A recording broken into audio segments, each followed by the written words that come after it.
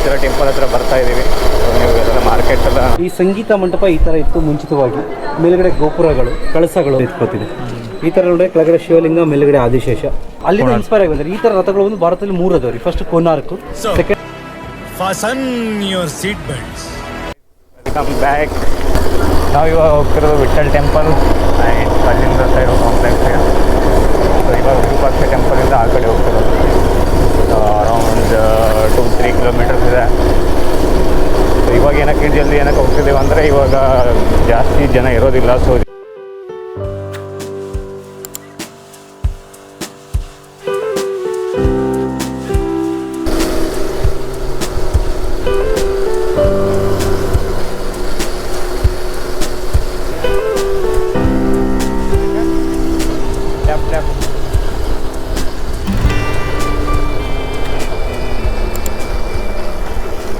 ಹತ್ರ ಬರ್ತಾ ಇದ್ದೀವಿ.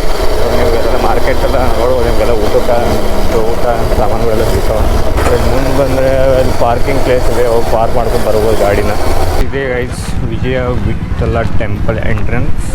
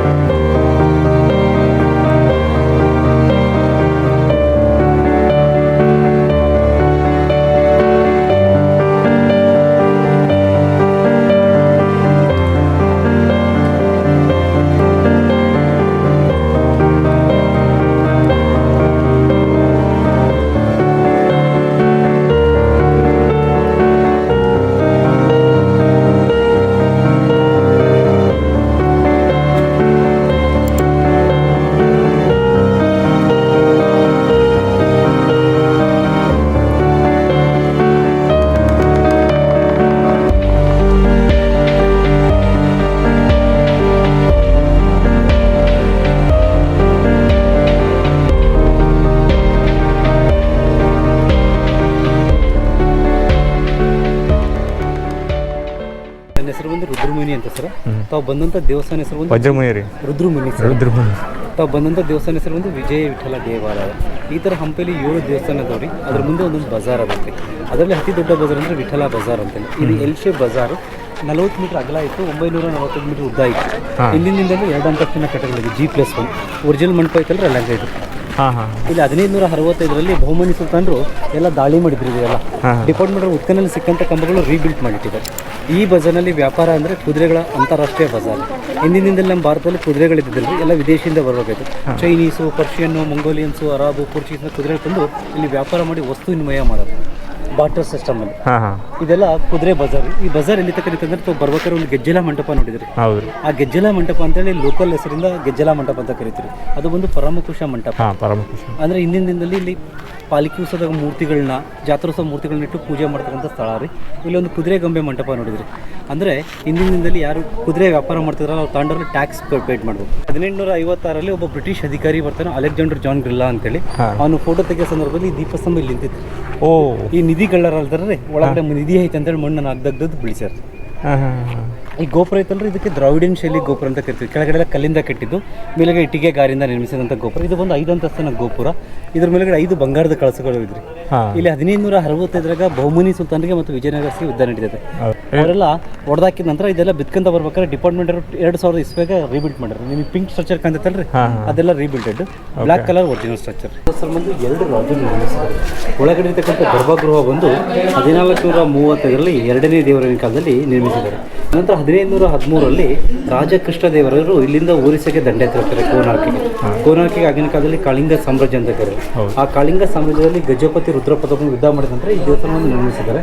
ಆ ಕಣಕ್ಕೆ ವಿಜಯ ವಿಠಲ ದೇವಾಲಯ ಅಂತ ಕರೀತಾರೆ. ಈ ದೇವಸ್ಥಾನಕ್ಕೆ ಬಂದು ವಾಸ್ತು ಪ್ರಕಾರವಾಗಿ ನಿರ್ಮಿಸಿದ್ದಾರೆ. ಈ ದೇವಸ್ಥಾನಕ್ಕೆ 3 ದ್ವಾರಗಳು ನಿರ್ಮಿಸಿದ್ದಾರೆ. ತಾವು ಬಂದಂಥ ಈ ಪೂರ್ವ ದ್ವಾರ ಬಂದು ರಾಜಬಂಧನರಿಗೆ, ದಕ್ಷಿಣ ಬಂದು ಸಾಮಾನ್ಯ ಜನರಿಗೆ, ರಾಜರು, ಉತ್ತರ ಬಂದು ಪುರೋಹಿತರಿಗೆ. ಹಿಂದಿನಿಂದಲೂ ರಾಜಬಂಧನದ ಬರ್ಬೇಕಾದ್ರೆ ಕೆಳಗಡೆ ಮತ್ತು ಮೇಲ್ಗಡೆ ಸೆಕೆಯರ್ ನಿಂತ್ಕೊಂಡು ಹೊರಗಡೆ ಹೂವನ್ನು ಎಸ್ತು ಅವ್ರಿಗೆ ವೆಲ್ಕಮ್ ಮಾಡ್ತಾರೆ. ಆ ಕಡೆಗೆ ಅಪ್ಸರಸ್ ಮಾಡಿದ್ದಾರೆ, ಇವರಿಗೆ ಗಂಗಾ ಯಮನ ಅಂತ ಕರಿತೀವಿ. ನಾವು ತಾವು ದೇವಸ್ಥಾನದ ಒಳಗಡೆ ಹೋಗ್ಬೇಕಾದ್ರೆ ಹಾಂ ಈ ಥರ ಸಾಷ್ಟಾಂಗ ನಮಸ್ಕಾರ ಮಾಡಿ ಹೋಗ್ಬೇಕು. ಬ್ಯಾಚುಲರ್ಸ್ ಅದಾರೆ, ಕಪಲ್ಸು, ಫ್ಯಾಮಿಲಿ. ಓ ಇದ್ರ ಬಗ್ಗೆ ಎಲ್ಲ ಶಿಲಾಶಾಸನ ಬರ್ದಿಟ್ಟರು. ಹಾಂ ಹಾಂ ಓಲ್ಡ್ ಕನ್ನಡ, ತೆಲುಗು, ಸಂಸ್ಕೃತ, ತಮಿಳಿಂದ. ಈ ತಮಿಳ್ನಾಡು ಇದೆ ರೀ, ಬೇರೆ ಕಡೆಗೆ ಇತ್ತು. ಟೋಟಲ್ 4 ಲ್ಯಾಂಗ್ವೇಜ್ನಾಗ 18 ಶಿಲಾಶಾಸನ ಅದಾವ ರೀ. ಓಕೆ. ಈ ದೇವಸ್ಥಾನ ಬಂದು ವಾಸ್ತು ಪ್ರಕಾರವಾಗಿ ನಿರ್ಮಿಸ್ಯಾರ ರೀ.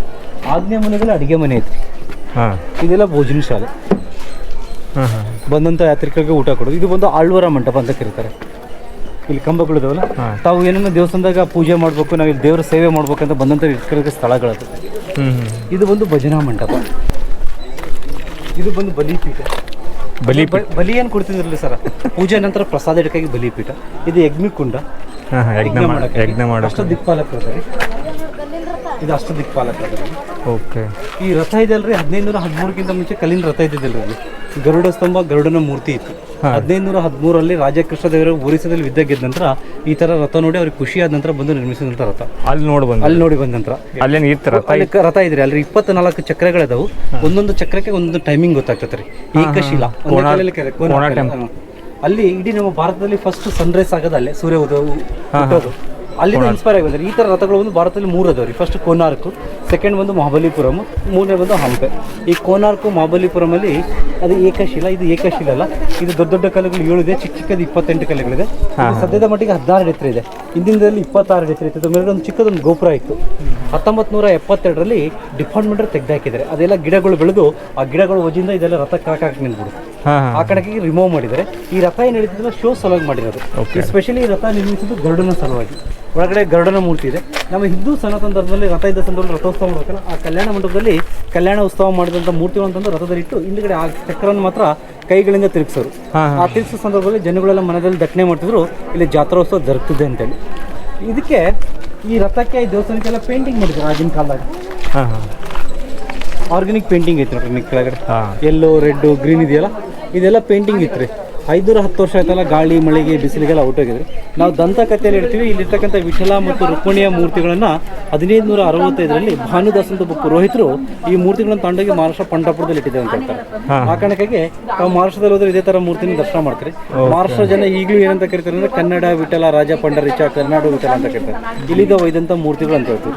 ಆಮೇಲೆ ಈ ಥರ ಹಂಪಲ್ಲಿ 732 ಆಂಜನೇಯ ದೇವಸ್ಥಾನಗಳಿದ್ದಾವೆ. ಈ ಥರ ವ್ಯಾಸರಾಯರು ಪ್ರತಿಷ್ಠಾಪಿಸಿದಂಥ ದೇವಸ್ಥಾನ ಎಷ್ಟು 732 ಪೋರ್ಚುಗೀಸರು ಇವರೆಲ್ಲ ವಿದೇಶದಿಂದ ತಂದು ಇಲ್ಲಿ ಕುದುರೆ ವ್ಯಾಪಾರ ಮಾಡಿ ವಸ್ತು ವಿನಿಮಯ ಮಾಡ್ತಿದ್ರು. ಆಮೇಲೆ ಕುದುರೆ ತಗೋಬೇಕಾದ್ರೆ ಅವ್ರ ವಯಸ್ಸು ನೋಡ್ಬೇಕಲ್ರಿ, ಅದು ಬಾಯಿ ತೆಗೆದು ಹಲ್ಲ ನೆನೆಸೋರು. ಹಲ್ಲಕ್ಕಿಂತ ಕಮ್ಮಿ ಇದ್ರೆ ಚಿಕ್ಕದು, ಅದ್ರ ಮೇಲೆ ದೊಡ್ಡದು ಅಂತೇಳಿ. ಓಕೆ. ಹಾಂ, ಇಲ್ಲಿ ನೋಡೋದಲ್ರಿ ತಿರುಮಲಾ ದೇವಿ, ಚಿನ್ನಾದೇವಿ, ಜಗನ್ಮೋಹಿನಿ ಅಂತೇಳಿ. ಈ ಚಿನ್ನಾದೇವಿ ಬಂದು ಒಬ್ಬ ರಾಜ ನರ್ತಕಿ ಫ್ಯಾಮಿಲಿಯಿಂದ ಮದುವೆ ಆಗಿರ್ತಾನೆ. ಅವಳ ದೇವರ ಸೇವೆ ಸಲುವಾಗಿ ನಿರ್ಮಿಸಿದಂಥ ಮಂಟಪ. ಈ ಥರ 56 ಕಂಬಗಳಿದ್ದಾವೆ. ಒಂದೊಂದು ಕಂಬಕ್ಕೆ ಒಬ್ಬೊಬ್ಬರು ಸಂಗೀತ ವಿದ್ವಾಂಸರು ನಿಂತ್ಕೊಂಡು ಶ್ರೀಗಂಧದ ಕಡೆಗೆ ತಗೊಂಡು ಬಂಗಾರದ ಲೇಪನಿಂದ ಸಂಗೀತ ಬಾರಿಸೋರು. ಮಧ್ಯದಲ್ಲಿ ಚಿನ್ನಾದೇವಿ ಬಂದು ಡ್ಯಾನ್ಸ್ ಮಾಡ್ತಿದ್ಲಲ್ಲ, ದೇವರ ಸೇವೆ ಸಲುವಾಗಿ ಮಾಡ್ತಿದ್ಲು ಅವಳು, ಎಂಜಾಯ್ಮೆಂಟಿಗೆಲ್ಲ. ಆ ಸೇವೆ ಸಲುವಾಗಿ ಡ್ಯಾನ್ಸ್ ಮಾಡ್ಬೇಕಾದ್ರೆ ಯಾರು ಸಾಮಾನ್ಯ ಜನರು ನೋಡ್ಬೋದು ಅಂತ ಕರ್ಟನ್ಸ್ ಹಾಕೋರು ಮೇಲೆ ಹೋಗ್ತಿದ್ದೆ ನೋಡ್ರಿ, ಇದೆಲ್ಲ ಹೋಲಿಸಿದೆ. Okay okay. ಈ ಕರ್ಟನ್ಸ್ ಹಾಕಾರಲ್ಲ, ಈ ಸಂಗೀತ ಬಂದು ತಮಗೆ 1 ಕಿಲೋಮೀಟರ್ ದೂರದಲ್ಲಿ ಕೇಳಿಸ್ತಾರೆ. ಇದೆಲ್ಲ ಡ್ಯಾನ್ಸಿಂಗ್ ಅಲ್ಲ, ಡ್ಯಾನ್ಸಿಂಗ್ ಕೆತ್ತನೆಗಳು ಇಟ್ಟಿದ್ರೆ ಇದೆಲ್ಲ ದೀಪದಿಂದ ಅಲಂಕಾರ ಮಾಡೋರು. ಈಗಲೂ ತಮಗೆ ಇದಕ್ಕೆ ಬಡಿದ್ರೆ ಸರಿ ಗಮ ಪದನಿಸಿದ ಸಂಗೀತ ಬರ್ತದೆ. ಬ್ಯಾನ್ ಮಾಡ್ರಲ್ರಿ ಇದು 2008ರಿಂದ ಬ್ಯಾನ್ ಮಾಡಿ. ಇದರಲ್ಲಿ ಸಂಗೀತ ಯಾವ ಥರ ಬರ್ತದೆ ಅಂದರೆ ಇದೆಲ್ಲ ಏಕಶಿಲೆ, ಒಂದೇ ಕಲ್ಲಲ್ಲಿ ಕೆತ್ತನೆ ಮಾಡಿದರೆ 10 ಅಡಿ ಎತ್ತರ ಇದೆ. ಈ ಕಲ್ಲುಗಳು ಎಲ್ಲಿಂದ ತಂದಿಲ್ಲ, ಎಲ್ಲ ಸುತ್ತಮುತ್ತಲು ಬಂಡೆ ಕಲ್ಲು ಇದೆಯಲ್ಲ, ಅದರಲ್ಲಿ ಬೇರೆ ಬೇರೆ ಜಾತಿ ಕಲ್ಲುಗಳು. ಈ ಕಲ್ಲುಗಳು ಯಾವ ಥರ ಉತ್ಪನ್ನ ಆಗಿವೆ ಅಂದರೆ ಇದೆಲ್ಲ ಸಮುದ್ರದಲ್ಲಿ ಜ್ವಾಲಾಮುಖಿದಂಥದ್ದು ಬಂದಂಥ ಕಲ್ಲುಗಳು. ಅದರ ಡಿಪೆಂಡ್ ಮೇಲೆ ತಂದಿದ್ದಾರೆ. ಈಗಲೂ ಇದಕ್ಕೆ ಹೊಡೆದ್ರೆ ಯಾವ ಥರ ಬರ್ತದೆ, ಮೇಲ್ಗಡೆ ವೆಯ್ಟು, ಕೆಳಗಡೆ ವಿಡ್ತು, ಡಯಾಮೀಟರು, ಸೆಂಟಿಮೀಟರ್ಸ್ ಇಲ್ಲ. ಒಂದು ಗಪ್ಪ ಹೈಟ್ ಇದೆ, ಒಂದು ಕಂಬ ಚಿಕ್ಕದಿದೆ, ಹೈಟಲ್ಲಿ ಕೂಡ ಡಿಫ್ರೆಂಟ್ ಇದೆ, ದಪ್ಪದಲ್ಲಿ ಚಿಕ್ಕದಿದೆ. ಡಿಪೆಂಡ್ ಆಫ್ ಇನ್ಸ್ಟ್ರೂಮೆಂಟಿಗೆ ಕೆಳಗಡೆ 18 ಕಂಬಗಳು, 26 ಕಂಬಗಳು, 16 ಕಂಬಗಳು, 18 ಕಂಬಗಳು ನಿರ್ಮಿಸಿದ್ದಾರೆ. ಈಗಲೂ ಇದಕ್ಕೆ ತಾವು ಹೊಡೆದ್ರೆ ಸರಿಗಮ, ಆ ಕಂಬ ಹೊಡೆದ್ರೆ ಜಲತರಂಗ. ಯಾವ ಕಂಬದಲ್ಲಿ ಯಾವ ಥರ ಸಂಗೀತ ಬರ್ತದೆ ಹೇಳಿ ಅವ್ರ ಗೊಂಬೆಗಳನ್ನು ಕೆತ್ತನೆ ಮಾಡಿ ಇಟ್ಟಿದ್ದಾರೆ ಆಗಲೇ.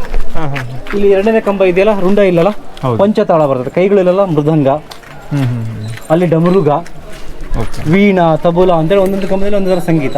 2008ಕ್ಕಿಂತ ಮುಂಚೆ ಪ್ರತಿಯೊಬ್ಬರು ಬಿಡೋಲ್ಲ ಈ ಥರ ಕಲ್ಲಿಂದ ಹೊಡೆದು ಡ್ಯಾಮೇಜ್ ಮಾಡಿದಾರಲ್ಲ ಆ ಕಣಕ್ಕೆ ಡಿಪಾರ್ಟ್ಮೆಂಟಲ್ಲಿ ಬಂದ್ ಮಾಡಿದ್ದಾರೆ 2008ರಲ್ಲಿ. ಪ್ರಾಣಿಗಳಿದೆ ಆ ಥರ ಗುಣಗಳು ರಾಜರಿಗೆ ಇರಬೇಕು, ರಾಜರಿಗೆ ಮತ್ತು ಸೈನಿಕರಿಗೆ. ತಾವು ಕಿವಿಗಳು ನೋಡ್ಬೋದು, ಮಲದ ಕಿವಿಗಳು. ಕಣ್ಣು ಬಂದು ಸಿಂಹದ್ದು, ಬಾಯಿ ಬಂದು ಮೊಸಳೆದು, ಸೊಂಡ್ಲು ಬಂದು ಡ್ರ್ಯಾಗನ್ದು, ಕತ್ತಲ್ ಡಿಸೈನ್ ಇದೆಲ್ಲ ನೆವಿಲ್ದು, ಬಾಡಿ ಬಂದು ಕುದುರೆದು, ಕಾಲು ಬಂದು ಹುಲಿದು ಮತ್ತು ಆನೆ ಕೊಟ್ಟಿದ್ದಾರೆ. ಅಂದರೆ ಭಾಳ ಸೂಕ್ಷ್ಮವಾದ ಕಿವಿಗಳಂದರೆ ಮಲದ ಕಿವಿಗಳು. ರಾಜರ ಕಿವಿಗಳು ಬಂದು ಮಲದ ಥರ ಇರಬೇಕು. ಯಾರಿಗೇನೆ ಗರ್ಜಿಸಿ ನೋಡಿದ್ರೆ ಸಿಂಹದ ಥರ ನೋಡಬೇಕು. ಯಾರನ್ನ ಲಾಕ್ ಮಾಡ್ಬೇಕಂದ್ರೆ ಮೊಸಳೆ ಥರ ಲಾಕ್ ಮಾಡಬೇಕು. ಓಟದಲ್ಲಿ ಕುದುರೆ ಥರ ಓಡಬೇಕು. ಯಾರಿಗೇನ ಪಂಚ್ ಕೊಟ್ಟರೆ ಹುಲಿಯ ಥರ, ಶಕ್ತಿಶಾಲಿಯಲ್ಲಿ ಆನೆ ಥರ, ಎದುರದಲ್ಲೇ ಮಾತಾಡ್ಬೇಕಂದ್ರೆ ಬೆಂಕಿಯ ಥರ ಮಾತಾಡಬೇಕು, ಶಾಂತ ಸ್ವರೂಪವಾಗಿ ನವಿಲ್ ಥರ ಇರಬೇಕು. ಈ ಥರ ಗುಣಗಳಿರಬೇಕಾಗಿರೋ ಕಾರಣಕ್ಕಾಗಿ ಇದಕ್ಕೆ ಮಕ್ಕರ ಯಾಲಿ ಅಂತ ಕರೀತಾರೆ. ಇಡೀ ನಮ್ಮ ದಕ್ಷಿಣ ಭಾರತದಲ್ಲಿ ತಾವು ಈ ಥರ ಯಾಲಿನ ನೋಡ್ಬೋದು. ಇದು ಬಂದು ಕಲ್ಯಾಣ ಮಂಟಪ.